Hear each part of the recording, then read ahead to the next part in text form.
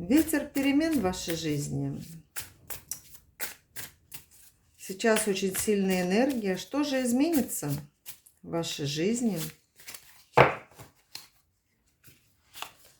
Ветер перемен. Сидите в страданиях, в ожиданиях, ждете какого-то случая.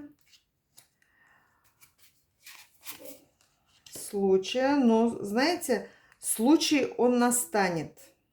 Да, потому что у вас после страданий, после каких-то ожиданий, обнуления, но вы королева жезлов, что-то у вас долго не сбывалось в жизни, что-то вы очень сильно ждали, надеялись и верили в какое-то чудо, что встретите рыцаря, да, какого-то на белом коне, но вам что-то покоя не давало прошлое, похоже, не отпускал, не отпускало вас прошлое.